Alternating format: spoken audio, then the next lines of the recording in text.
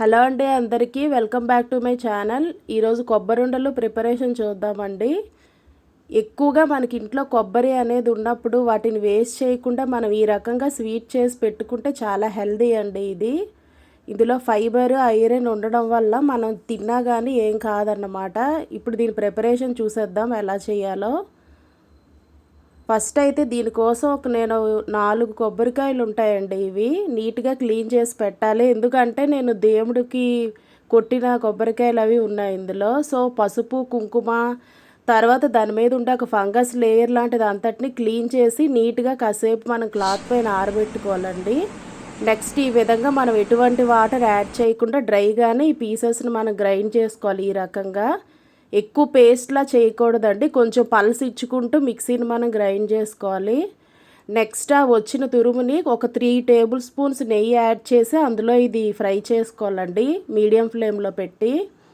అంటే ఏం లేదు, ఇందులో ఉండే రానెస్ అంతా పోవడం కోసం మనం అలా ఫ్రై చేయాలి. నెక్స్ట్ కొబ్బరి ఎంత అయితే తీసుకున్నామో బెల్లం కూడా అంతేనండి. 1 కప్పు కొబ్బరి తురుము అయితే 1 కప్పు బెల్లం అయితే పడుతుంది.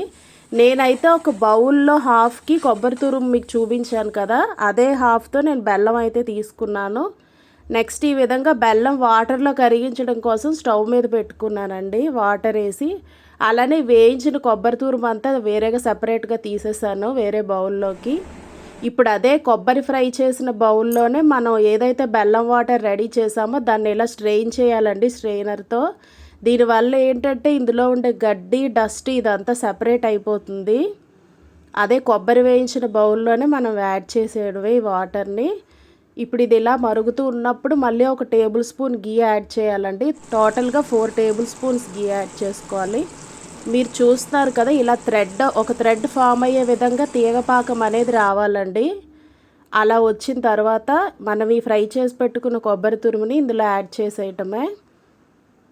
ఒక తీగ పాకం అండి, జస్ట్ ఒక థ్రెడ్ లాగా మనకు వస్తుంది, తీగలాగా అలా వస్తే సరిపోతుంది. ఇప్పుడు ఈ ఫ్రై చేసిన కొబ్బరిని బెల్లం పాకంలో యాడ్ చేయడమేనండి.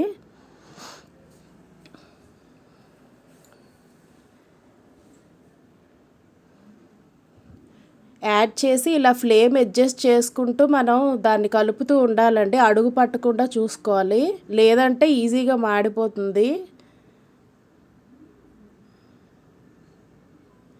అది నాకు అడుగు పడుతున్నట్టుగా అనిపించిందండి ఆ ప్యాను. సో నేను ఇందులోకి షిఫ్ట్ చేశాను ఈ మిశ్రమాన్ని, ఈ ప్యాన్లోకి మార్చేసాను అన్నమాట.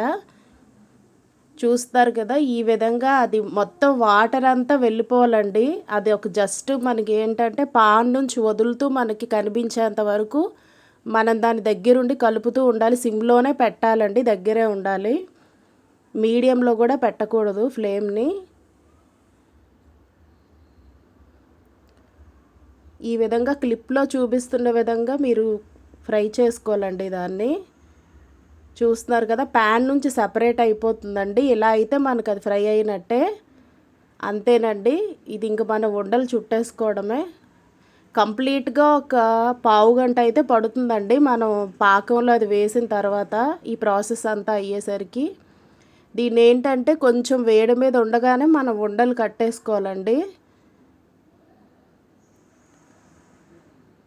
కొంచెం మన చెయ్యి టాలరేట్ చేసేంత వేడైతే చాలండి. అలా ఉన్నప్పుడే చుట్టేసుకోవాలి, ఈజీగా మౌల్డ్ అయిపోతాయి. లేదు ఇంకా గట్టిగా అయ్యే కొద్దీ అదొక జీడిలా సాగుతూ వస్తుందండి, చాలా హార్డ్ అయిపోతుంది. అంతేనండి, ఈ విధంగా మనం రెడీ చేసి పెట్టుకుంటే మార్కెట్లో దొరికే కొబ్బరి ఉండల్లానే మనకు వస్తాయండి. ఇదండి ఈరోజు రెసిపీ. బాయ్ అండి.